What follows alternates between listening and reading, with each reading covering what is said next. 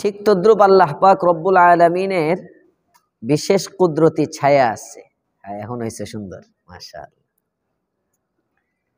বিশেষ কুদরতি কি আছে? ছায়া আছে। 7 শ্রেণীর মানুষকে আল্লাহ পাক রব্বুল আলামিন ওই কুদরতি ছায়ার মধ্যে জায়গা দিবেন। যেদিন পুরা পৃথিবীটা তামা হয়ে যাবে। কারেন্টের যে বড় বড় তারগুলো আছে, তারগুলো কিসের? তামার না? কেন তামার দেয়? তামার দেয় কেন? হ্যাঁ, এই যে এটা হলো উত্তর। তামা বিদ্যুৎকে সবচেয়ে বেশি কভার করতে পারে। বিদ্যুৎ আক্স করে বেশি, টানে বেশি তামার মাধ্যমে। সূর্যের আলো, আলোটা কিন্তু বিদ্যুৎ, আলোটা বিদ্যুৎ। আল্লাহ পাক রব্বুল আলামিন জমিনে রহমান, জমিনে রহমান, আখিরাতে রহিম। আল্লাহ তাআলা জমিনে হলো রহমান, আখিরাতে রহিম। রহমানের মধ্যে অক্ষর 5টা, রহিমের মধ্যে অক্ষর 4টা। আরবিতে একটা নিয়ম আছে, কাসরাতুল মাবানি তাদুল্লু আলা কাসরাতিল মাআনি। অক্ষরের আধিক্যতা অর্থের আধিক্যতা বোঝায়। হরফ অক্ষর যদি বেশি হয় তাহলে অর্থও বেশি হয়। তাহলে রহমানের মধ্যে যখন অক্ষর 5টা আর রহিমের মধ্যে অক্ষর 4টা, তো স্বভাবতই রহিমের চেয়ে রহমানের মধ্যে রহমত বেশি। রহিমের চেয়ে রহমানের মধ্যে রহমত বেশি, বুঝছেন? যেহেতু রহমত বেশি, এজন্য রহমান দুনিয়ায়, দুনিয়ায় আল্লাহ তাআলা কাউরে কিছু বলতেছেন না, কাউকে কিছু বলেন না। মন চাহে জিন্দিগি চালায়, কিচ্ছু বলে না। রব চাহে জিন্দিগি চালায়, পুরস্কার দেয় না। মন চাহে জিন্দিগি চালায়, ধরে না। আর রব চাহে জিন্দিগি চালায়, পুরস্কারও দেয় না। যে কারণে মানুষ অনেক সময়, আরে নামাজ পড়ে কি পাইছো বলে অনেক সময়। কিন্তু তুমি যে প্রতি মাসে মাসে মাদ্রাসায় 500 করে টাকা দাও, কি পাইছো? এরপরেও তো তোমার অভাব কাটে না, এরপরে তো তোমার পেরেশানি কাটে না, পাইছোটা কি? এই যে 1 লাখ টাকা দিয়ে দিলা মাদ্রাসায়, পাইছো কি? এই বিশাল মসজিদ একা করে দিলা, কি পাইছো? অনেক সময় বলে, কিন্তু দেখা যায় না তো, দেখা যায় না। হুজুররা তো কই এই হবে সেই হবে, কই কিছুই তো হয় না।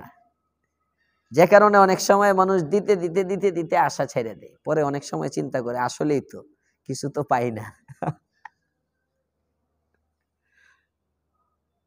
আল্লাহ পাক রব্বুল আলামিন জমিনে শাস্তিও দিচ্ছেন না, পুরস্কারও দিতেছেন না, পুরা দয়া মায়া চলতেছে। তার কারণ হলো জমিনে আল্লাহ তাআলার রহমত বেশি। যেহেতু ওনার দুনিয়ায় নাম রহমান, আখিরাতে ওনার নাম রহিম। অক্ষর যেমন একটা পড়ে যাবে, রহমতও একটু কমে যাবে। যেহেতু রহমত কম, দুনিয়ায় রহমত কাফেরেও পাইতো, হিন্দুও পাইতো, মালনেও পাইতো, ইহুদিও পাইতো, নাসারাও পায়, সব পায়। তো আখিরাতে রহমতটা পাবে শুধু নেককার, মুমিন, পরহেজগার যারা, তারা। বাকি সবার জন্য ওই যে অক্ষর কমে আর রহমত কমে গেছে। রহমত কমে রহমতের জায়গায় আসছে কি? জব্বার, কাহ্হার। ওখানে আল্লাহ তাআলা পুরস্কারও দিবেন, তিরস্কারও করবেন, শাস্তিও দিবেন। এই শাস্তি দেওয়ার জন্য আল্লাহ পাক রব্বুল আলামিন ওখানে যে কাজটা করবেন, শাস্তির সুরত করবেন। সূর্যটাকে মাত্র আধা হাত, 1 বিগত উপরে নিয়ে আসবেন সূর্যটা। সূর্য যখন এদিকে আসবে, তো সূর্যের যতগুলো মুখ আছে, এখন পৃথিবীর দিকে হলো একটা মুখ, বাকি মুখগুলো উপরের দিকে। সূর্যের সবগুলো মুখ জমিনের দিকে করবেন, 1 নম্বর। 2 নম্বরে সূর্যটাকে কাছাকাছি আনবেন, 2 নম্বর। 3 নম্বরে সূর্যের আলোটা যেন ভালো করে, জমিন যদি মাটি থাকে, মাটি কিন্তু গরম হইতে সময় লাগে, আর তামা তো বিদ্যুৎকে খুব তাড়াতাড়ি টানে। যে কারণে পুরা জমিনটাকে তামা বানিয়ে দিবেন। একটু আরাম যেন বেশি হয়, হ্যাঁ, না কষ্ট বেশি দেওয়ার জন্য? ওই দিন কোনো দয়া নাই, ওই দিন লাগবেনি একদম ফেসিস তাড়ানোর মতো আর কি। 17 বছরের জ্বালা থাকলে যেমন হয়, যেভাবে ধরে একটারে পাইলে ছিঁড়ে বিড়ে, আল্লাহ পাক রব্বুল আলামিন ওই দিন জাল মিটাইবেন। আল্লাহ বলেন আমি ওই দিন, তবে ইনসাফের সাথে, প্রতিশোধ পরায়ণ হইয়া না, জুলুম করবেন না, কিন্তু প্রতিশোধ নিবেন। ইন্তেকাম, প্রতিশোধের মাসআলাই ওই দিন, প্রতিশোধের এই দিন। তো কষ্টটা কামা হাক্কুহু দেওয়ার জন্য আল্লাহ তাআলা প্রথমে জমিনটাকে তামা বানাইয়া দিবেন, সূর্যটাকে আধা হাত উপরে দিবেন। টেনে টেনে 1.5 হাত দূরে নেন আপনি, কি অবস্থা হবে? এই সময় আল্লাহ পাক রব্বুল আলামিন বিশেষ কিছু মানুষকে আল্লাহ তাআলা তার বিশেষ ছায়ায় জায়গা দিয়ে দিবেন, যাদের নিচে এই তামাও থাকবে না, যাদের উপরে সূর্যের তাপও থাকবে না, সূর্যের গরমিও নাই, নিচেও গরম নাই, তারা থাকবে স্পেশাল এক সামিয়ানা, স্পেশাল এক কুদরতি ছায়া। এই ছায়াটার মধ্যে আল্লাহ তাআলা যাদেরকে জায়গা দিবেন, তোর মধ্যে আপনি আমার জায়গা হয়ে যাবে নিশ্চিত। কারণ আমরা এখানে জমা হয়েছি কার জন্য? আল্লাহর জন্য। হাদিসে আছে, বুখারীতে এই হাদিস কয়েক জায়গায় আসছে, সাবআতুন ইউযিল্লুহুমুল্লাহু ফি জিল্লিহি ইয়াওমা লা জিল্লা ইল্লা জিল্লুহ। তোর মধ্যে ইমামুন আদিল, শাবুন নাশা ফি ইবাদাতি রাব্বি, রাজুলুন কলবুহু মুআল্লাকুন বিল মাসাজিদ। 4 নম্বরই হলো রাজুলানে, এমন 2 ব্যক্তি, তাহাব্বা ফিল্লাহ, যারা আল্লাহর জন্য একে অপরকে ভালোবাসে। আমি আপনাদেরকে ভালোবাসি, আপনারা আমাকে ভালোবাসেন। এই যে ভালোবাসাটা, এটা কার জন্য? আল্লাহর জন্য। এর মধ্যে যাররা পরিমাণ কোনো দুনিয়ার স্বার্থ নাই, যাররা পরিমাণ দুনিয়ার স্বার্থ নাই। বরঞ্চ কথার কথা, আমার ভালোবাসার মধ্যে কিছুটা স্বার্থ হইতে পারে, কথার কথা, যে আপনাদের দ্বারা মাদ্রাসার উপকার হয়, মসজিদের উপকার হয়, আপনারা মসজিদে নামাজ পড়তে আসেন, আপনারা না আসলে মুসল্লি পাবো কই, কথার কথা। আপনাদের ভালোবাসার মধ্যে তো কোনো স্বার্থই নাই, নিঃস্বার্থ ভালোবাসা। রজুলানে, যে 2 ব্যক্তি, তাহাব্বা ফিল্লাহ, আল্লাহকে ভালোবাসে, একে অপরে আল্লাহর জন্য ভালোবাসে। আবার ইজতামা আলাইহি, যখন তারা একত্রিত হয়, একজন আরেকজনের সাথে সাক্ষাৎ করে, সাক্ষাৎটা আল্লাহর জন্য করে। আমাদের আজকে সাক্ষাৎ কার জন্য? আল্লাহর জন্য। আমি দুনিয়াবি প্রয়োজন নিয়েও আসি নাই যে আমার 1 লাখ টাকা হাওলাত লাগবো দেন। আপনিও দুনিয়াবি কোনো প্রয়োজনে এখানে আসেন নাই, আসছি একমাত্র কার জন্য? ইজতামা আলাইহি। আবার এখান থেকে আমাদের যাওয়াটাও হবে কার জন্য? আল্লাহর জন্য। কিছু মুমিন এমন আছে যে মুমিনের হার কাজ আল্লাহর জন্য হয়। কিছু মানুষ এমন আছে যে মানুষের প্রত্যেকটা কাজ আল্লাহর জন্য হয়। দেখেন, আল্লাহ পাক রব্বুল আলামিন কতটা দয়ালু এবং আমাদের কতটা আপন। উনি আমাদের কাছে চান কম, দেন বেশি। আমাদের থেকে নেন কম, দেন বেশি। ইচ্ছা করলে আল্লাহ বলতে পারতেন তুই আমার গোলাম। তো গোলাম কিন্তু নিজের উপার্জন করতে পারে না। শরীয়তে মাসআলা, গোলামবাদীর প্রচলন ছিল এক সময়, গোলামবাদী। ওই সময় মাসআলা ছিল গোলামের কোনো স্বাধীনতা নাই। গোলাম যদি কারো সাথে ব্যবসায়িক চুক্তি করে আড়ালে, মনিবের আড়ালে, এটা ফিকহের কিতাবে এখনো মাসআলা, গোলাম যদি কারো জন্য নিজে একটা বেচা কিনা করলো, এই বেচা কিনা করলেও এটা মনিবের পক্ষ থেকেই হবে, এটা গোলামের কোনো অধিকার নেই। গোলাম গোলামি।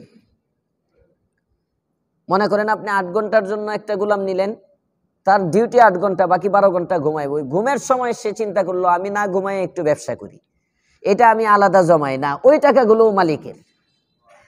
গোলাম ঘুমাইলেও মালিকের, গোলাম জাগ্রত থাকলেও মালিকের, গোলাম ব্যবসা করলেও মালিকের, গোলাম লাভবান হইলেও মালিকের, গোলামের লস হইলেও মালিকের। গোলাম মানে তার সব কিছু মালিকের গোলাম।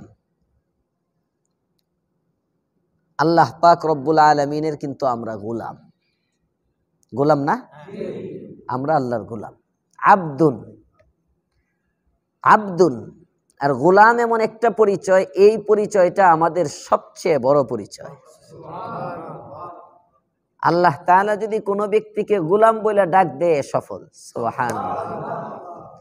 এই জন্য এই যে আজকে মেরাজ উদযাপন করতেছে যারা, ওরা যে আয়াতটা তেলাওয়াত করতেছে মেরাজের জন্য, যদিও আমরা মেরাজ উদযাপন করি না। সুবহানাল্লাযী আসরা, মহিমান্বিত ওই সত্তা। আল্লাযী আসরা, যিনি নৈশ ভ্রমণ করিয়েছেন, রাত্রিবেলা ভ্রমণ করাইছেন। আল্লাহর রসুলের কিন্তু অনেকগুলো নাম। আমি একবার আমার তাফসিরের মধ্যে শুধু মিম দিয়ে নাম বলছিলাম, কতগুলো মনে আছে? 50টার উপরে, 74টা না 75টা গুণবাচক নাম শুধু মিম দিয়ে। মুজাম্মিল আল্লাহর রসুলের নাম, মুদ্দাসির আল্লাহর রসুলের নাম, মাহি আল্লাহর রসুলের নাম, মুহাম্মদ আল্লাহর রসুল সাল্লাল্লাহু আলাইহি ওয়াসাল্লাম, মুরসালিন আল্লাহর রসুল সাল্লাল্লাহু আলাইহি ওয়াসাল্লামের নাম, হ্যাঁ, মুস্তাকিম এটাও রসুলের নাম। এভাবে শুধু মিম দিয়ে একটা কিতাব আছে, কিতাবটার নাম হলো আল কাউলুল বাদি' ফি সলাতি আলাল হাবিবিশ শাফি', আল কাউলুল বাদি' ফি সলাতি আলাল হাবিবিশ শাফি', আরবি একটা কিতাব, মোটা। এই কিতাবের মধ্যে আলিফ দিয়া নবীর কতগুলো নাম, বা দিয়া রসুলের কতগুলো নাম, হ্যাঁ, তা দিয়া রসুলের কতগুলো নাম, প্রত্যেকটা আরবি যে 28টা অক্ষর আছে, এই আরবি 28 অক্ষরের প্রত্যেকটা অক্ষর দিয়ে আপনি আমার নবীর নাম আছে, এই নামগুলো ওখানে দেওয়া আছে ওই কিতাবের মধ্যে। ওখানে সবচেয়ে বেশি নাম হলো মিম দিয়ে, মিম দিয়ে আল্লাহর রসুলের নাম সবচেয়ে বেশি। এই সবগুলো নামের মধ্যে কোনো একটা নাম আল্লাহ তাআলা নেন নাই। তাহা নবীর নাম, ইয়াসিন নবীর নাম, হাবিব নবীর নাম, শাফি' নবীর নাম, এই কোন নামটাই আল্লাহ তাআলা নিলেন না। না নিয়ে আল্লাহ তাআলা এখানে বলতেছেন যে মহিমান্বিত ওই সত্তা, যিনি রাত্রেবেলা ভ্রমণ করাইছেন মসজিদে হারাম থেকে মসজিদে আকসা পর্যন্ত। কাকে কয়? বিআবদিহি, তার গোলামটাকে। মারাত্মক জিনিস, বুঝার জিনিস। আব্দুন বললেন কেন? আর কোন মানে সবচেয়ে আল্লাহর কাছে সবচেয়ে, এখানে বলতে পারতেন সুবহানাল্লাযী আসরা বিমুহাম্মাদিন, মুহাম্মদকে নিয়ে গেছেন। সুবহানাল্লাযী আসরা বিরাসূলিহি, তার রাসূলকে নিয়ে গেছেন। সুবহানাল্লাযী আসরা বিহাবিবিহি, বলতে পারতেন, কিচ্ছু না বলে বলতেছেন সুবহানাল্লাযী আসরা বিআবদিহি, যে আল্লাহ তাআলা তার গোলাম বান্দাটাকে নিয়ে গেছেন। তো বোঝা গেল আল্লাহ পাক রব্বুল আলামিনের কাছে সবচেয়ে বড় গুণ হইল গোলাম হয়ে যাওয়া।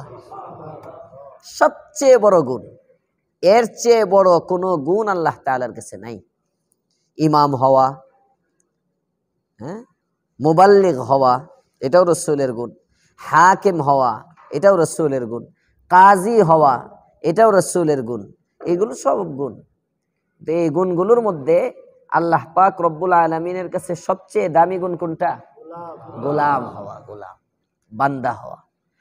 তো আল্লাহ পাক রব্বুল আলামিনের যেহেতু আমরা গোলাম, উনি যদি ইচ্ছা করতেন এই দুনিয়ার গোলামের যেমন সব দায়বদ্ধতা, কিচ্ছু করতে পারে না মালিকের অনুমতি ছাড়া, আমাদেরকেও এরকম ভাবে চাপাইয়া দিতে পারতেন যে তোর দোকানদারি নিষেধ, চাকরি নিষেধ, তোর 24 ঘন্টা সময় নামাজ পড়তে হইব, ঘুমাইবি, ঘুমতে উঠেই তসবিহ হাতে নিয়ে ঘুরবি, জিকির করবি, আমার ইবাদত ছাড়া আর কোনো কাজ নাই তোর, এটা বলতে পারতেন।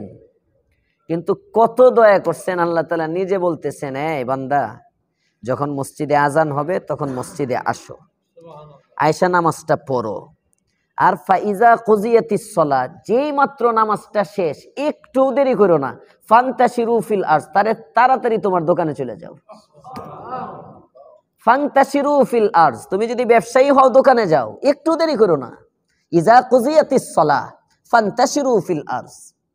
এখানে উলামায়ে কেরাম শর্ত এবং জাযা বলে। ইজা হলো হরফে শর্ত, তুমি যদি আমারে খাওয়াও আমি তোমারে লগে লগে খাওয়াবো। আসেন অনেক সময় বন্ধু বন্ধুকে বলে, তুই যদি যাস আমি যাবো, আমি একটু দেরি করব না। তুই যদি যাস আমি যাব, আমি কিন্তু দেরি করব না। এই শর্ত জাযা একটা আরেকটার যতটা কাছে, আল্লাহ তাআলা এটাই বলতেছেন, ইজা কুজিয়াতিস সালাহ, যেই মাত্র তোমার নামাজ শেষ হয়ে গেল, ফান্তাশিরু ফিল আরজ, আর দেরি করো না। ফান্তাশিরু ফিল আরজ।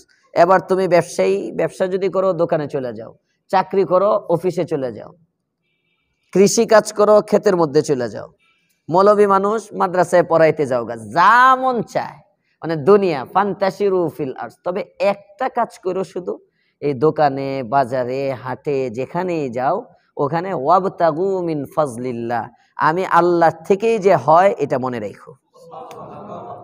আমি আল্লাহকে একটু স্মরণ করো যে ব্যবসার বরকতটা কিন্তু আমি আল্লাহ দিব। চাকরির ইনকামের টাকাটা কিন্তু আর নাইলে 3 মাসের বেতন নিয়ে মালিক পালাইব। তোমার শ্রম বৃথা যাবে, টাকা আসবে না। ওয়াবতাগু মিন ফাজলিল্লাহ ওয়াজকুরুল্লাহা কাসীরা, আল্লাহকে ভালো করে স্মরণ করো, বেশি বেশি আল্লাহকে স্মরণ করো। তো এখানে কিছু মানুষ এমন আছে, আল্লাহ তাআলা দুনিয়া নিষেধ করেন নাই, তার চলাটা আল্লাহর জন্য, তার ব্যবসাটা আল্লাহর জন্য, তার চাকরিটা আল্লাহর জন্য, তার হাঁটাটা আল্লাহর জন্য, তার ঘুমটাও আল্লাহর জন্য, সব আল্লাহর জন্য হয়। আল্লাহ পাক রব্বুল আলামিন বলেন তো, তার সাক্ষাৎটাও আল্লাহর জন্য, তার বিচ্ছেদটাও আল্লাহর জন্য, তার হাসিটা আল্লাহর জন্য, তার রাগটা আল্লাহর জন্য। রাগ করলেও আল্লাহর জন্য রাগ করে, খেপলেও আল্লাহর জন্যই খেপে। আল্লাহ তাআলা বলেন, রাজুলানে তাহাব্বা ফিল্লাহ, একে অপরকে ভালোবাসে, ইজতামা আলাইহি, জমা হয় তো আল্লাহর জন্য হয়, ওয়া তাফাররাকা আলাইহি, বিচ্ছিন্ন হয় তো এটাও আল্লাহর জন্য হয়। এমন মানুষগুলোকে আমি আমার বিশেষ ছায়ায় জায়গা দিয়ে দিব। আমাদের এখানের জমায়েত কার জন্য? আল্লাহর জন্য। আল্লাহর জন্য জমায়েত হইলে তো সবাই আসতো। কেউ কেউ বোঝা যায় শায়েখের জন্য আসে, কেউ কেউ, এটা ভালো গুণ। শায়েখকে ভালোবাসতে হবে, শায়েখের আজমত তো দিলে থাকতেই হবে, শায়েখকে ভালোবাসতেই হবে। বাকি শায়েখ নাই, আশা নাই। কেন? 4 জিনিস লাগে ইসলাহের জন্য। কয় জিনিস? কেউ আবার মনে করেন না যে আমি লোক কম পাইতেছি দেখে আমি, না না না না, আমি এর চেয়ে কম লোকের মধ্যে কথা কই, সমস্যা নেই। ইসলাহের জন্য 4টা জিনিস লাগে। গত মাসে কি বিষয়ে কথা বলবো বলছিলাম, কারো মনে আছে? হ্যাঁ, প্রশ্ন লিখে আনতে বলছিলাম।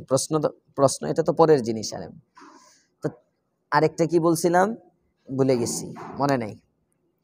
4 জিনিস লাগে, এটা আদাবে তরিকত। ঘুম ধরতেছে? 4 জিনিস ইসলাহের জন্য, 4টা জিনিস লাগে। একটা হলো শায়েখের ভালোবাসা লাগে, শায়েখের ভালোবাসা লাগে, শায়েখের ভালোবাসা। আমার যে পীর, আমি যার মুরিদ, তাকে ভালোবাসতে হবে, তার ভালোবাসা। হ্যাঁ, আমাদের ভালোবাসা তো ঠিক আছে, যে কারণে হুজুর থাকলে আসি, হুজুর না থাকলে আসি না।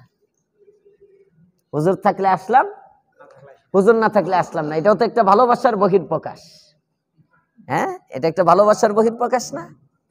ভালোবাসাটা ভালোবাসার তরিকা মতো হইতে হয়।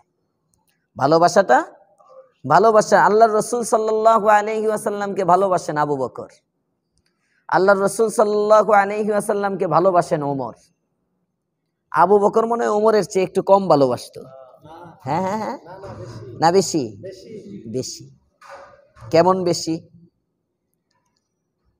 বলছিলাম তো আমার মাদ্রাসার মাহফিলে না কোথায় একদিন, এখানে বলছিলাম একদিন যে আম্মাজান আয়েশা রাদিয়াল্লাহু তাআলা আনহা রাসূল করিম সাল্লাল্লাহু আলাইহি ওয়াসাল্লাম এর রান মুবারকের মধ্যে শুয়ে রইছেন, শুয়ে আকাশের তারাগুলো দেখতেছেন। দেখতে দেখতে স্বামী স্ত্রীর খোঁজ গল্প হয়। তো একদিন বলতেছে তারাগুলো দেখ, আচ্ছা পয়গম্বর বলেন তো এই আকাশের যত তারাগুলো আছে এই তারার মতো আমল, এই তারার সংখ্যা পরিমাণ আমল ইবাদত কারো আছে আপনার সাহাবীদের মধ্যে? আয়েশার মনে মনে হইল যে আমার বাপের নাম বলবে আবু বকর, হ্যাঁ, একটু বাবার প্রশংসা শুনতে মন চাইছে আর কি। মেয়েরা অনেক সময় শ্বশুরের প্রশংসা শুনলে এটা খুশি হয়, মাঝে মাঝে শ্বশুর বাড়ির প্রশংসা করা এটাও সুন্নত, এটাও সুন্নত। খালি বদনাম দিয়ে খুঁজে বাইর করে বউয়ের সামনে, হ্যাঁ, বউয়ের সামনে খালি তোমার আব্বা এটা করলো এটা করলো, আমি 3 জন বন্ধু নিয়ে গেলাম, এটা করলো সেটা করলো, হ্যাঁ, খালি বদনাম, এইটা ত্রুটি ছিল এইটি খুঁজে বের করে। না না, বেচারির মন ছোট হয়ে যাবে। মাঝে মাঝে কিছু গুণ বের করবেন, কিছু গুণ খুঁজে খুঁজে বের করবেন। শ্বশুর বাড়ির কি গুণ আছে, শ্বশুরের গুণগুলো বেগমের সামনে বললে দেখবেন বেগম একটু লাভ করব বেশি। হ্যাঁ, এনে বুড়া টুরা কেউ নাই তো, সব তো আমরা জওয়ানি, সমস্যা নেই। ওরে একজন, আচ্ছা আচ্ছা সমস্যা নেই। যাক, তো আল্লাহ রসুল সাল্লাল্লাহু আলাইহি ওয়াসাল্লাম আম্মা জান আয়েশা মনে করছেন যে আমার বাবার প্রশংসা করবে। ইয়া রাসূলুল্লাহ, আকাশের চাঁদের তারকার মতো সমান কারো আমল আছে? আল্লাহ রসুল বলেন আছে তো। কয় কার? কয় ওমরের। শুনতে চাইছে আবু বকরের নাম, শুনছে সতীনের বউয়ের নাম, সতীনের বাপের নাম। সতীন না, ওমর রাদিয়াল্লাহু তাআলা আনহুর মেয়ে হাফসা রাদিয়াল্লাহু তাআলা আনহা। কেমন লাগে বুঝেন এখন বউয়ের, এটা যার সতীন আছে সেই বুঝবে, এছাড়া কেউ বুঝবে না। আর আমরা বাঙালি বেগম খালি কোয়েন যে আমি আরেকটা বিয়ে করবো, সতীন আনা লাগবে না, খালি মুখে আইনেন যে বিয়ে আরেকটা করবো, তাতেই দেখেন যে হালত কি দাঁড়ায়। আর সতীন হইলে তো উপায়ই নাই। আয়েশার মনটা খারাপ হয়ে গেছে, কিচ্ছু বলেন না। এবার আল্লাহর পয়গম্বর বলেন, আয়েশা তুমি কষ্ট পাইছো, রাগ করছো? কিচ্ছু বলে না। আবার জিজ্ঞেস করেন, হ্যাঁ এটা জিজ্ঞাইতে হয়, কাটা গায়ে লবণ ছিটাইতেছেন না? শোনো,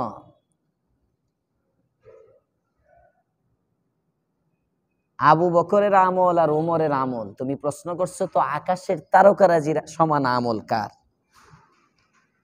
এজন্য আমি বললাম ওমরের। তুমি তো আমারে জিজ্ঞেস করো না আবু বকরের আমলের পরিমাণ কি, ওইটা প্রশ্ন করলে না ওইটার উত্তর পাইতা। তো আয়েশা বলেন তো তাহলে আবু বকর, ফাইনা আবু বকর, তাহলে আবু বকরের মর্যাদা কোথায়, আবু বকরের আমল কই? এবার আম্মা জান আয়েশা রাদিয়াল্লাহু তাআলার প্রশ্নের উত্তরে আল্লাহর রাসূল বলেন, শোনো, ওমরের সারা জীবনের আমল, ওমরের সারা জিন্দিগির আমল, ওগুলো তো হইলো আকাশের তারকারাজির মতো। এই সারা জীবনের আমল যদি এক প্যাকেটের মধ্যে রাখা হয়, এক পাল্লার মধ্যে রাখা হয়, আর এক পাল্লায় যদি শুধুমাত্র আবু বকরের সারা জীবনের আমল না, আমার সাথে যে হিজরতের সময় গারে সৌর পাহাড়ের মধ্যে 3 দিন যে আবু বকর আমার সাথে লুকায়া ছিল গর্তে, আমার সাথে ওই হিজরতের 3 রাতের আমল, হিজরতের 3 রাতের আমল, এটা যদি এক পাল্লায় রাখা হয় আর ওমরের সারা জিন্দিগির আমল এক পাল্লায় রাখা হয়, আবু বকরের এই 3 রাতের আমলের পাল্লা ভারী হয়ে যাবে। এবার তো আয়েশা খুশি হয়ে গেছে। তো আবু বকর 3 দিনের আমলে যদি এত বেশি হয়, বাকি সারা জিন্দিগি তো রয়েই গেছে, বাকি সারা জীবন তো রয়েই গেল। রসুলকে ভালোবাসতেন কেমন, প্রশ্নই আসে না এখানে, প্রশ্নই করা যায় না, কুল কিনারা নাই। এই ভালোবাসা মাপার কোনো যন্ত্র নাই, এই ভালোবাসা মাপার কোনো যন্ত্র নাই। শুধু এতটুক বুঝেন, আমাদের হযরতুল উস্তাজ রহমতুল্লাহ আলাইহি বলছিলেন রসুলের ইন্তেকাল হয়েছে 63 বছর বয়সে। ইন্তেকাল কার হাতে? মৃত্যু কার হাতে?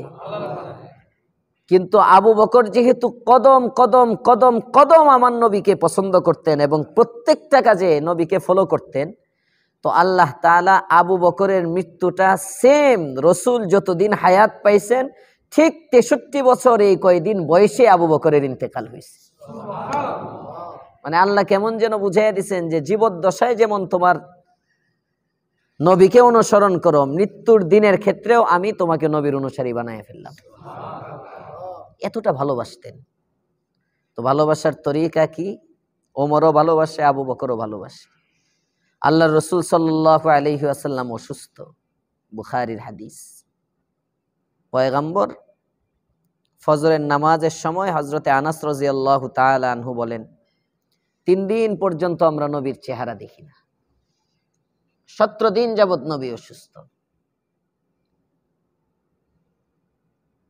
সোমবার ফজরের নামাজের সময় সবাই দাঁড়াইছে কাতারের মধ্যে, মুয়াজ্জিন ইকামত দিতেছে, আবু বকর ইমামতির মুসল্লায় আছে। এই সময় হঠাৎ করে দেখি আল্লাহর পয়গম্বরের যে হুজরা মুবারক, এই হুজরার পর্দাটা, জানালার পর্দাটা সরে যাইতেছে। এই খতিব সাহেব হুজুরের রুমের জানালা এটা, এখানে যেমন জানালা মসজিদের ভিতর দেখা যায়, যারা গেছেন মক্কা মদিনায় উমরার সফরে বা হজের সফরে, ওনারা দেখছেন রসুলের রওজায়ে আতহারের জানালার এই সিস্টেম। এখন তো দরজা হয়ে গেছে, মসজিদের ভিতর দিয়ে দরজা ছিল, জানালা ছিল, তো মুসল্লিরা দাঁড়াইলে এদিকে তাকাইলেই দেখতে পারতো। হযরত আনাস বলেন, ইকামতের সময় প্রতিদিন আমরা দরজার দিকে তাকাই, জানালার দিকে তাকাই, পর্দাটা নবীর সরে কিনা। আর নবী সবসময় ইকামতের আওয়াজ শুনে আসতেন। ইকামত দেওয়া হইলে আল্লাহর রসুল আসতে থাকতেন, যে নবী এসে ইমামতির মুসল্লায় দাঁড়ান কিনা, আমরা এই অপেক্ষায় থাকি।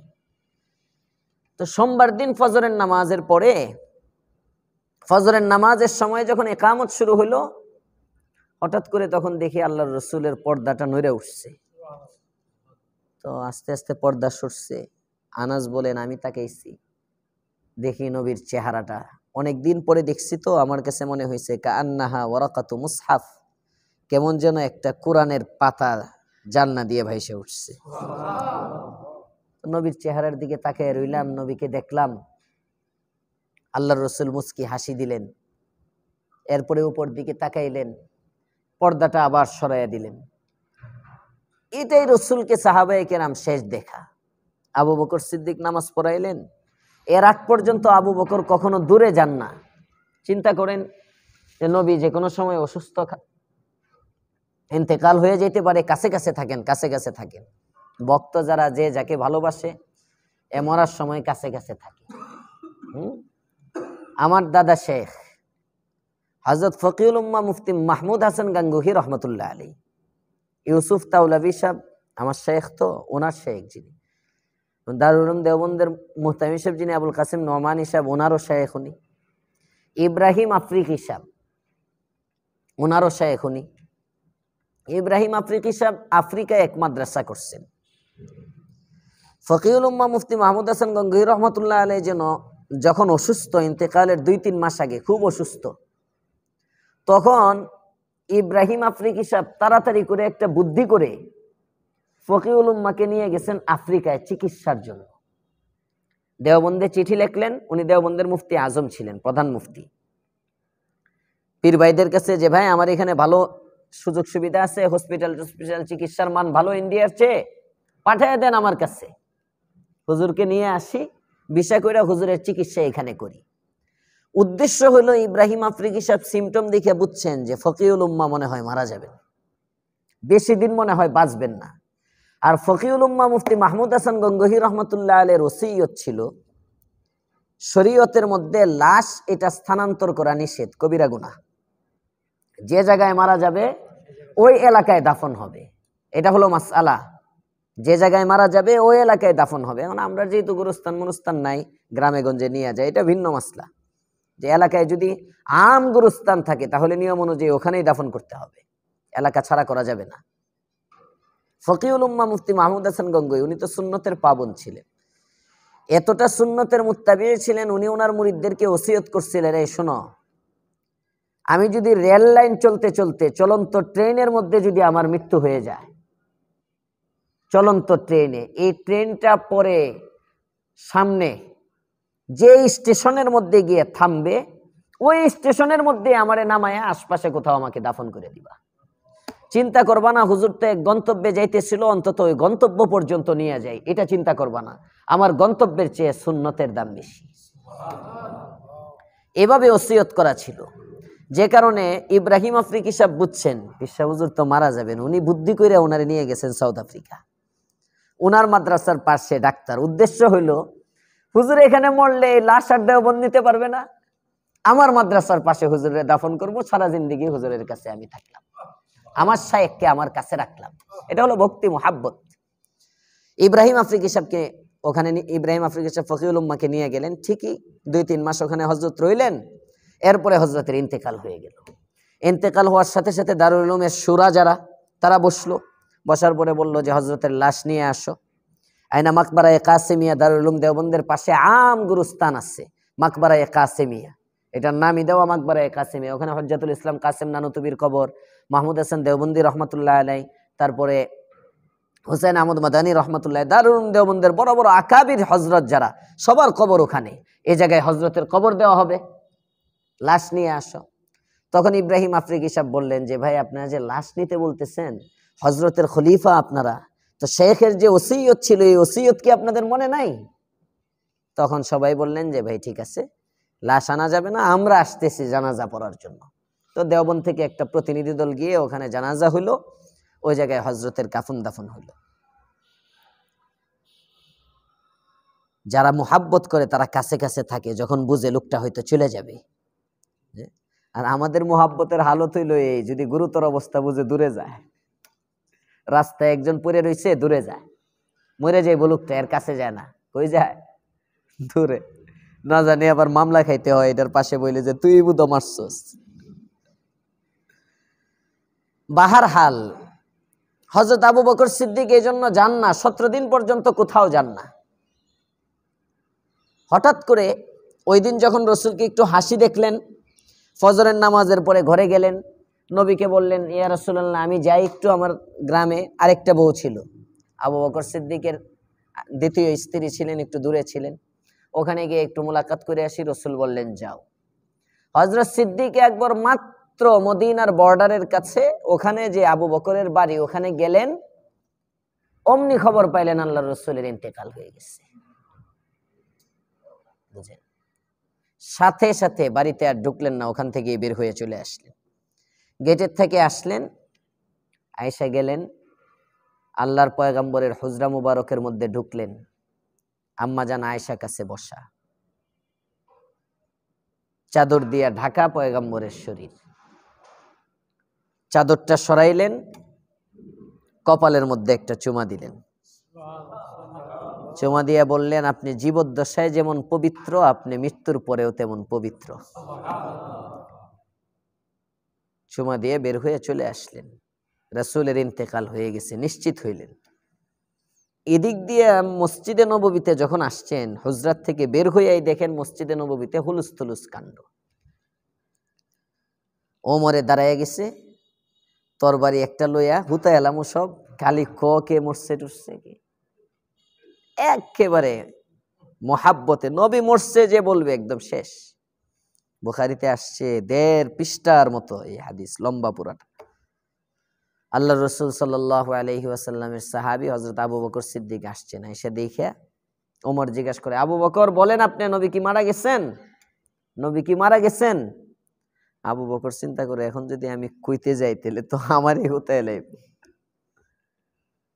উনি বলেন যে তুমি বসো, আমি একটা বক্তৃতা দিব, সাংবাদিক সম্মেলন হবে, প্রেস কনফারেন্সে আমি আমার সবকিছু খুলাসা করতেছি, তুমি বসো। এটা বলে বসাইছেন। আবু বকর সিদ্দিক দাঁড়ায় আয়াত তেলাওয়াত করছেন, ওয়ামা মুহাম্মাদুন ইল্লা রাসূল কদ খলাত মিন ক্বাবলিহির রুসুল। মুহাম্মদ তো একজন রাসূলই না, আর কি, একজন রাসূলই তো, মানুষ তো, একজন রাসূল তো, আল্লাহ তো আর না। আল্লাহ তাআলা হলো হাইয়ুন কাইয়ুম, চিরঞ্জীব, আর মাখলুক তো, রসুল তো কদ খলাত মিন ক্বাবলিহির রুসুল, উনি সর্বশেষ রসুল। উনার আগে তো আরো অনেক রসুল ছিল, সবাই যেমন অতিবাহিত হয়ে গেছেন, সবার যেমন মৃত্যু হয়েছে, মুহাম্মদও মারা গেছেন। আফা ইম্মাতা আও কুতিলান কলাবতুম আলা আকাবি। এই আয়াত যখন তেলাওয়াত করছেন, যে আয়াতে আল্লাহ আগেই জানায় রাখছিলেন রাসূলেরও মৃত্যু হবে, ইন্নাকা মাইতুন ওয়া ইন্নাহুম মাইতুন, তারাও মরে তুমিও মরবা। এই আয়াত যখন আসছে, তখন আস্তে আস্তে ওমর ইবনুল খাত্তাব বসে পড়ছেন। তো মোহাব্বতের তরিকা, যে কারণে এই কথাটা বললাম, যে আবু বকর কিন্তু রসুলরে কম ভালোবাসতেন না, কিন্তু আবু বকর যে পন্থায় ভালোবাসছেন, এই ভালোবাসাটা ছিল হাকিকি তরিকা, আবেগ না জজবা না, আবেগ না জজবা না। বর্তমানের মুরিদরা পীররে ভালোবাসে আবেগ আর জজবা। এটা ভালোবাসা না। ভালোবাসা, প্রকৃত ভালোবাসা শায়েখ যা বলবেন এটা মানা। কোনদিন কি আপনাদের শায়েখ বলছেন নাকি যে আমি যেদিন থাকবো না এদিন তোমরা আইসো না? হ্যাঁ, সব গুজারিতে এমন কোন ফরমান আসছে নাকি নাজমুল ভাই? এমন কোন ফরমান তো জানা নাই। হ্যাঁ, যেদিন আমি থাকবো না এদিন তোমাদের আসতে হবে না। তো যদি প্রকৃত ভালোবাসা হয়, শায়েখের আজমত যদি দিলে থাকে, তাহলে শায়েখ থাক বা না থাক আমল তো আছে। আমল আছে, হুজুর শেষ রাত্রে এসে যদি জুড়তে পারেন আলহামদুলিল্লাহ, না জুড়তে পারেন তাতেও আলহামদুলিল্লাহ। আমরা যে মানলাম, মাইনা যে আসে বসলাম, এখানে থাকলাম, এটার অটোমেটিক একটা রুহানি শক্তি আল্লাহ তাআলা দান করবেন। আল্লাহ তাআলা আমাদেরকে তরিকা অনুযায়ী ভালোবাসার তৌফিক দেন। আমাদের এখানের জামায়াত কার জন্য? সবাই বলেন। বিচ্ছিন্ন হব কার জন্য? দুনিয়া করব কার জন্য? এই সব কাজগুলোকে আল্লাহর জন্য মুখে না, এখন আল্লাহ হইল ঠোঁটে। এই ঠোঁটের আল্লাহকে কলবের সাথে লাগানো। ঠোঁটে লা ইলাহা ইল্লাল্লাহ, লা ইলাহা ইল্লাল্লাহ, লা ইলাহা ইল্লাল্লাহ, লা ইলাহা ইল্লাল্লাহ। এটার অর্থ কি? এটার অর্থ কি? আমার কোনো ক্ষতি করতে পারবে না কেউ আল্লাহ ছাড়া। আমার কোনো ক্ষতি কেউ করতে পারবে না আল্লাহ ছাড়া। দুইজন এনে দাঁড়ায় রয়েছে গ্রেফতার করার জন্য। হ্যাঁ, ডরে ইন্দে দেখবো অন্য কোনো দিক দিয়ে পালাইতে পারে কিনা। হুজ্জাতুল ইসলাম কাসেম নানুতুবি রহমত, ঠোঁটে আর কলব যদি মিলে যায়, এই মজলিসটা হলো ঠোঁট আর দিলকে মিলানোর মজলিস। এই ইসলাহি মজলিসগুলোর কাম কি? ঠোঁট আর দিলকে এক করা হয়। এখানে দিল আর ঠোঁটের মধ্যে অনেক দূরে, অনেক দূরত্ব। এই যে আজকে আমি নামাজ পড়াইছি, আজকে আমি নামাজ পড়াইছি, এরকম নামাজ প্রতিদিন পড়া হয়, ইমাম সাহেব পড়ায়।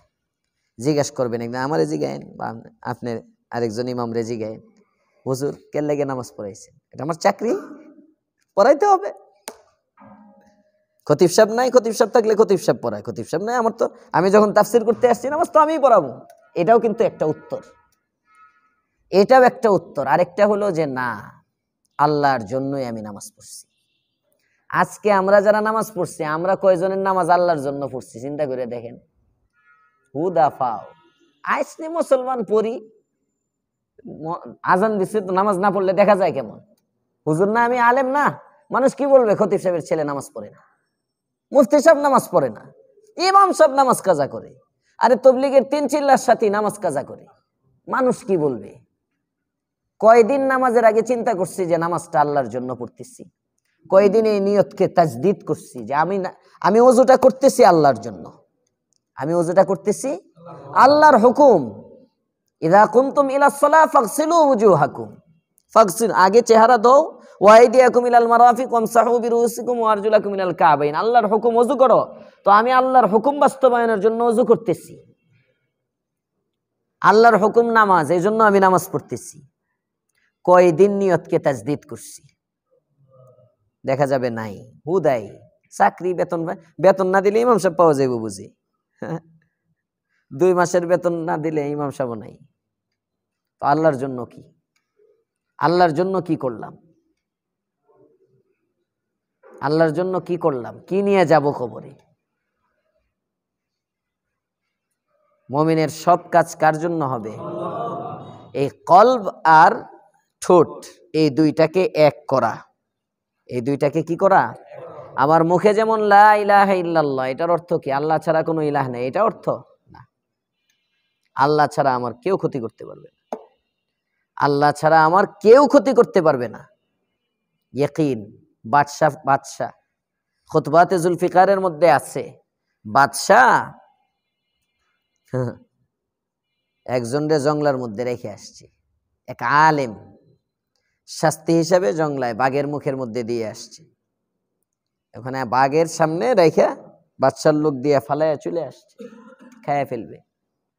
হাতও বাঁধা, পাও বাঁধা, সবকিছু বাঁধা, দৌড় দেওয়ারও কোনো সুরত নাই, প্যাকেট করে ওখানে ফালাইয়া দিয়ে আসছে। বাঘটা আসছে, বাঘ আসছে, এ ডরায় না, এ বইয়ে রয়েছে, চিৎকারও দেয় না। হ্যাঁ, বাঘ আইসা তার নাকের সাথে বাঘের নাকটা এমনি লাগাইতেছে, তার মুখের সাথে বাঘের নাকটা লাগাইতেছে, তার বুকের সাথে বাঘের নাকটা এমনি লাগাইতেছে, লাগাইয়া গ্রানটা নিয়ে বাঘটা আস্তে করে হাইটে চলে গেছে। বাঘটা রেখায় নাই। এটা আমার খোরাক না, হেফাজত করছেন কে? গত তাফসিরে আমি বলছিলাম আমার মসজিদে সম্ভবত হযরত আলী রাদিয়াল্লাহু তাআলা আনহু মদিনায় মসজিদে নববীর চত্বরে নামাজ পড়তেছেন। মসজিদে নববীর চত্বরে নামাজ পড়তেছেন রাতের বেলা। কয়েকজন পিছনে বসে বসে আলীরে পাহারা দিতেছে। কিরে কি হয়েছে? পাহারা এত তোমরা নামাজ পড়ে, তোমরা কেন কেন? হুজুর, যেমনে জামাতে ইসলামের বিরুদ্ধে বলছেন যদি আপনারা ধরে রাস্তায়, এজন্য আমরা গার্ড দিয়ে বাসা পর্যন্ত দিয়ে আসি। আছে না অনেক বক্তবৃন্দ এরকম। আমি যেদিন বেদাতীদেরকে বেশি বলি, ওই দিন আমার খাস খাস মুরিদ যারা এরা একটু বেশি প্রটোকল দেয় আমারে। হ্যাঁ, বান্ডারিরা বেশি কইলে একটু প্রটোকল বেশি দেয়। হ্যাঁ, সাদাবাজ টাদাবাজ যেগুলো, ওই দিন দেখি একটু 2-3 জন 4-5 জন।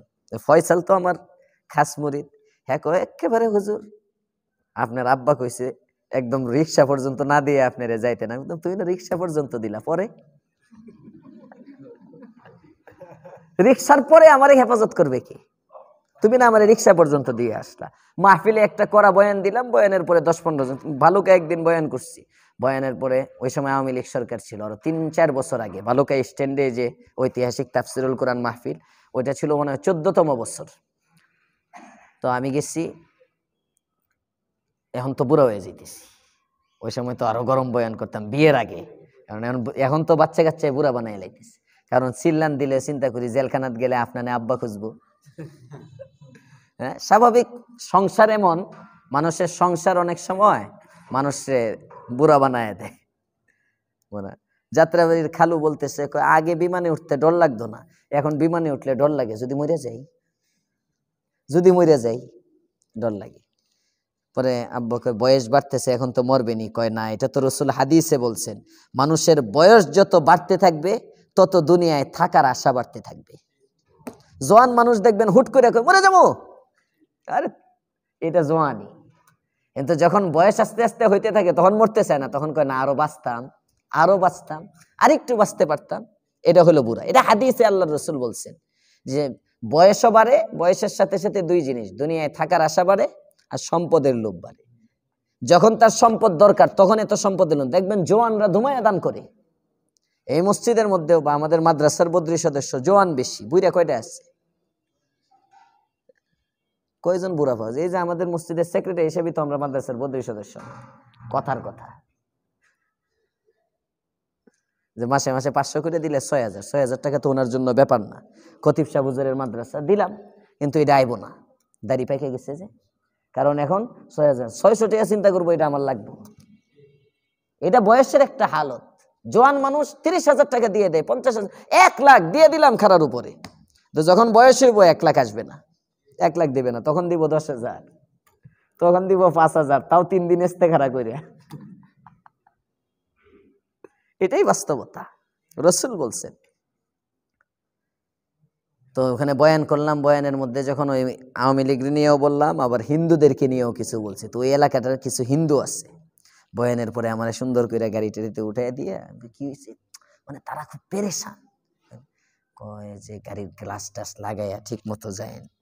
কি হয়েছে? কইনি কিছু হিন্দু টিন্দু আছে। আমি বললাম তো এখানে হিন্দু আছে, আপনারা আমার মঞ্চের নামায় এখানে দিলেন, আমি ইউটার্নটা নিয়ে ওই পাশ দিয়ে গেলে আপনার তো ইউটার্ন পর্যন্তই আমার সঙ্গী না, পরে আমার হেফাজত করবে।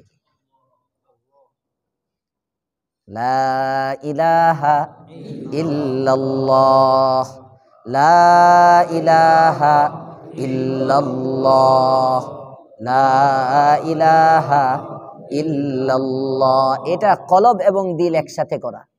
হযরত কাসেম নানুতুবি রহমাতুল্লাহ আলাইহি গ্রেফতারি পরোয়ানা জারি হয়েছে, গ্রেফতারি পরোয়ানা।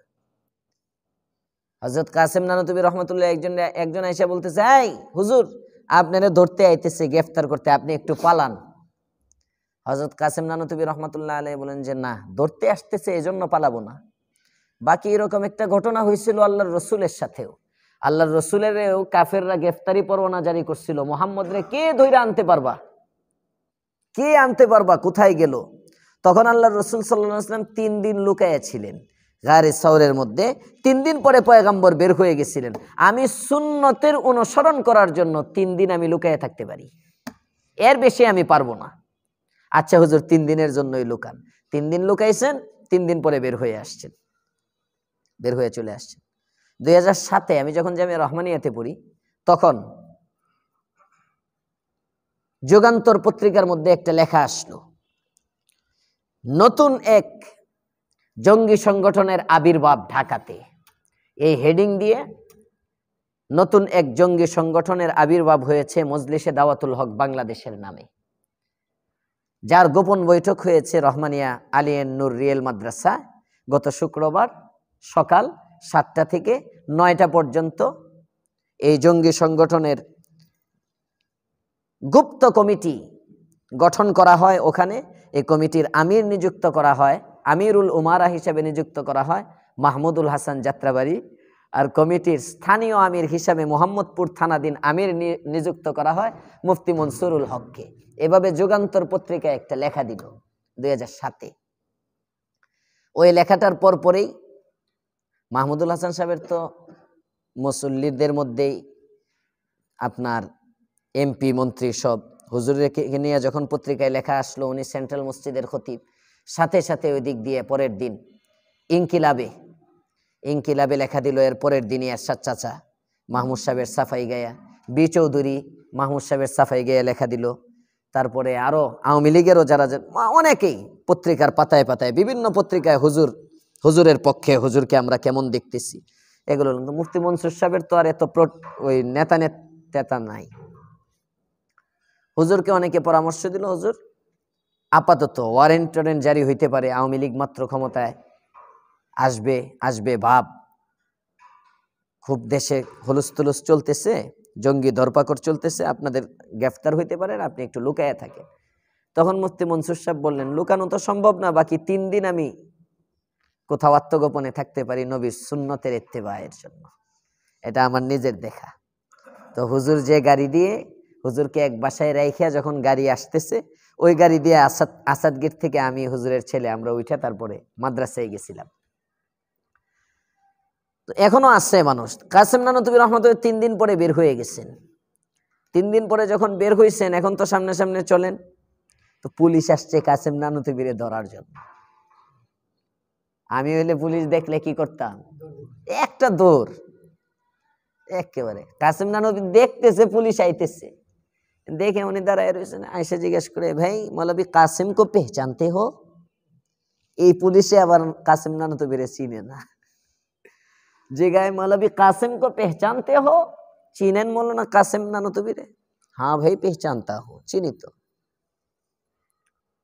কে ইধার থে? এখানেই ছিল। हाँ भाई। তো কাহা? তো হযরত একটু সরে গেছেন, একটু ওখান থেকে শুনে, थोड़ी देर पहले तो यहाँ थे, সামান্য পূর্বে তো এই জায়গায় ছিল। পুলিশ মনে হচ্ছে একটু আগে ছিল, তো আশপাশেই কোথাও আছে, দূরে গেছে খোঁজার জন্য। হ্যাঁ, थोड़ी देर पहले यहाँ पे थे, অল্প সময় আগে যখন এখানে ছিল। এখন উনি যে একটু সরে গিয়া উনি কাসেম নানুতুবি, খবর নেই। হেফাজতের মালিক কে? এটাই ইয়াকিন। এই ইয়াকিনটা হয় জিক্রুল্লাহর দ্বারা, এই ইয়াকিনটা হয় জিক্রুল্লাহর দ্বারা। বেশি বেশি যখন জিকির করা হয়, এই 12 তসবির আমল মাসে একদিন করে, এই ইয়াকিন এত প্রতিদিন করতে পারলে প্রতিদিন করতে হবে। হ্যাঁ, এটা আপনারা যে লাইনে আছেন, 6 তসবি তো হইলো নাপা, প্যারাসিটামল, এটা যে কেউ যে কোনো সময় খাইতে পারে। এটি দিয়ে তাসাউফের আধ্যাত্মিকতার মজা বোঝা যাবে না। 6 তসবির পরে যখন ইসমে জাতের জিকির করবেন, দৈনিক 8000 বার, 12000 বার, 24000 বার, এরপরে 12 তসবির জিকির হবে। 5 আনফাস বলে, নাফাস এর থেকে আনফাস বহু বচন, 5 মানে ফার্সি শব্দ পিছনে, 5 আনফাস মানে শ্বাস প্রশ্বাসের জিকির।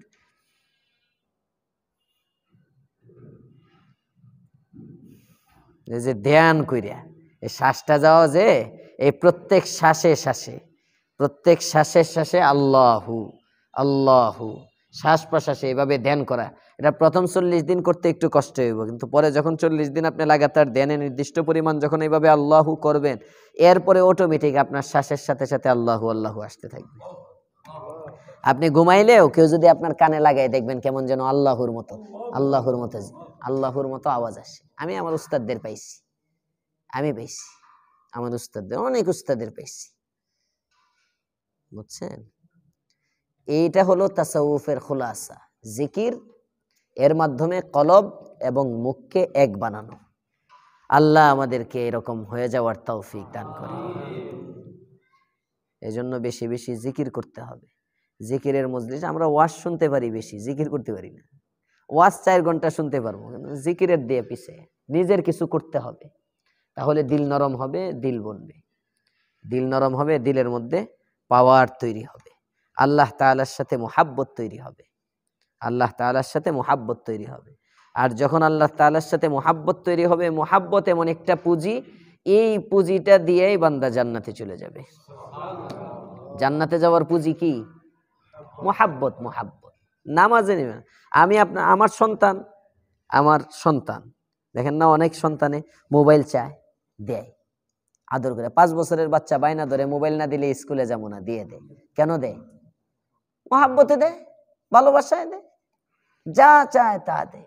বাপে কষ্ট করে, পোলারে কোনো কষ্ট করতে দেয় না। জামা চাইতেছে, জামা দিতেছে, গাড়ি চাইতেছে, গাড়ি দিতেছে, হুন্ডা চাইতেছে, হুন্ডা দিতেছে। সামর্থ্যের বাহিরে যদি কিছু থাকে, সামর্থ্যের বাহিরে, সামর্থ্য নাই, ওইটা প্রয়োজনে হাওলাত কইরা সন্তানের চাহিদা পূরণ করে। কেন? মুহাব্বতে। আমরা যে তালের নামাজ আর যে রোজা, যে ইবাদত বন্দিগি, এটি একটাও জান্নাতে নিতে পারবে না। এটাই বাস্তবতা। আমার বয়স এটা 33 চলতেছে। 33 বছরের মধ্যে 15 বছর যদি প্রাপ্তবয়স্ক হওয়ার আগে চলে যায়, আর হইল 18 বছর। এই 18 বছর আছে। এই 18 বছরের মধ্যে 9 বছর তো খালি রাত্রের ঘুম। 9 বছর আছে, রাত দিন মিলায় 18 বছর না? তো রাত্রের ঘুমে গেল গা, মনে করেন 9 বছর। আর আছে কয় বছর? 9 বছর। এই 9 বছরের মধ্যে পড়ালেখা আছে, নিজে পড়ছি, পড়াইতেছি, ওযু, ইস্তেনজা, গোসল, খাওয়া দাওয়া সব মিলায়া যদি আরো অর্ধেক ধরেন, কথার কথা, বুঝেন না? দিনের 4.5 বছর। তো এতটুকু জিন্দিগির মধ্যে আমার 4.5 বছর, এই 4.5 বছরের মধ্যে যদি ধরেন আল্লাহর জন্য অর্ধেক, এটাও না, 4.5 বছর মাত্র আল্লাহর। 4.5 বছর যদি আল্লাহর জন্য কাজ করে থাকি, এই 4.5 বছরের কাজগুলো কোনোটা লোক দেখানোর জন্য, কোনোটা আজকের বক্তৃতাটা ভালো হইতে হইব, কারণ আগের আইয়ুবি ওয়াজ করে গেছে, ডাউন করতে হইব, মানুষের যাতে কয় আইয়ুবির পরেও মাঠটা ধরে রাখতে পারছে, বক্তাটা সেই, বুঝেন নাই? এরম কত আমল না, এর মধ্যে দেখা যাইতে পারে 1 বছরের আমল হয়তো লিল্লাহ ফিল্লাহ, শুধুমাত্র আল্লাহর জন্য। তো 33 বছরের মধ্যে 1 বছরের আল্লাহর জন্য, আর 32 বছর আমার নিজের জন্য। এই 32 বছর আল্লাহ পাক রব্বুল আলামিন আমাকে যে নাজ ও নেয়ামত দিলেন, 1 বছরের আমলের বিপরীতে এগুলো যদি আল্লাহ হিসাব মিলান, সহজ, যদি আল্লাহ হিসাব মিলান যে আমি তো তোরে 32 বছর পর্যন্তই দিলাম, তোর 32টা বছরই তো আমার হওয়া দরকার ছিল, তুই মাত্র 1 বছর আমার নিয়ে আসলি, বাকি 32 বছরের হিসাব দে। কি হিসাব হবে? জান্নাত জাহান্নামের কোন জায়গায় নিব খুঁজেই পাওয়া যাবে না। এজন্য মারিফতের বীর সেনানী যারা, ওনা বলেন জান্নাত এটা মুহাব্বতের বদলায় আল্লাহ দিবেন। নিজের সন্তান যখন হয়, তখন দোষ হইলেও এটা দোষ দেখে না, এটা আমার সন্তান। নাতি হইলে দোষ হইলেও দোষটা দেখে না, এটা আমার নাতি। স্ত্রী যদি ভালোবাসা থাকে, তাহলে দোষ হইলেও অনেক সময় দোষ নজরে পড়ে না। যদি বিদ্বেষ থাকে, শ্বশুর বাড়িতে মুরগার রান, খাসি, গরু সব খাওয়াইলেও ত্রুটি বাইর করে। আমারে তোমার মা দেখতে পারে না, এজন্য জালটা বাড়াইয়া দিছে, এজন্য জালটা কি করছে? বাড়াইয়া দিছে। অন্য জামাইরা আসলে তো নিজে পাকায়, আজকে তোমার ছোট বোনকে দিয়ে পাকাইছে। আরে কথার কথা, আজকে তো গেল না আমার শাশুড়ি, আমি আসলে বড় জামাই আইলে তো ঠিকই নিজে গিয়া পাকায়, আমারে আদর একটু কম করে। মোহাব্বত যদি না থাকে খুদ বের করে, আর মোহাব্বত যখন থাকে তখন দোষটারেও গুণ বানায়। আরে কি দরকার, এত এই শরীরটা নিয়ে বৃদ্ধ মানুষ বৃদ্ধা কেন কষ্ট দিলা, এতগুলো আইটেম তুমি দেখলা না, না করতা, আমি তো ছেলের মতোই, এতগুলো আইটেম লাগে। যদি মোহাব্বত থাকে, আর যদি জামাইয়ের মতো হয় তাহলে দোষ ধরে। তো আল্লাহ পাক রব্বুল আলামিন যে আমাদেরকে জান্নাত দিবেন, এই জান্নাত কিসের বিনিময়ে দিবেন? মোহাব্বতটাও যদি না করতে পারি কি নিয়ে কবরে যাব? এই জন্য আর মোহাব্বত হয় এই সমস্ত মজলিসগুলোতে জিক্রুল্লাহ, মোহাব্বতওয়ালা রাজনীতি, যেমন রাজনীতিওয়ালাদের কাছে শিখতে হয়, মোহাব্বতওয়ালাদের সোহবতে গিয়ে বসতে হয়। এটাই আল্লাহ বলেন, ইয়া আইয়ুহাল্লাযীনা আমানুত্তাকুল্লাহ ওয়া কুনু মা'আস সাদিকিন, কুনু মা'আল মুহিব্বিন। কুনু মা'আস সাদিকিন মানে কি? কুনু মা'আল মুহিব্বিন, যারা আল্লাহকে ভালোবাসে তাদের জায়গায় বসো, তাদের সাথে গিয়ে বসো। আল্লাহ তাআলা আমাদেরকে আল্লাহকে মুহাব্বত করার তৌফিক দান করুন। অনেক লম্বা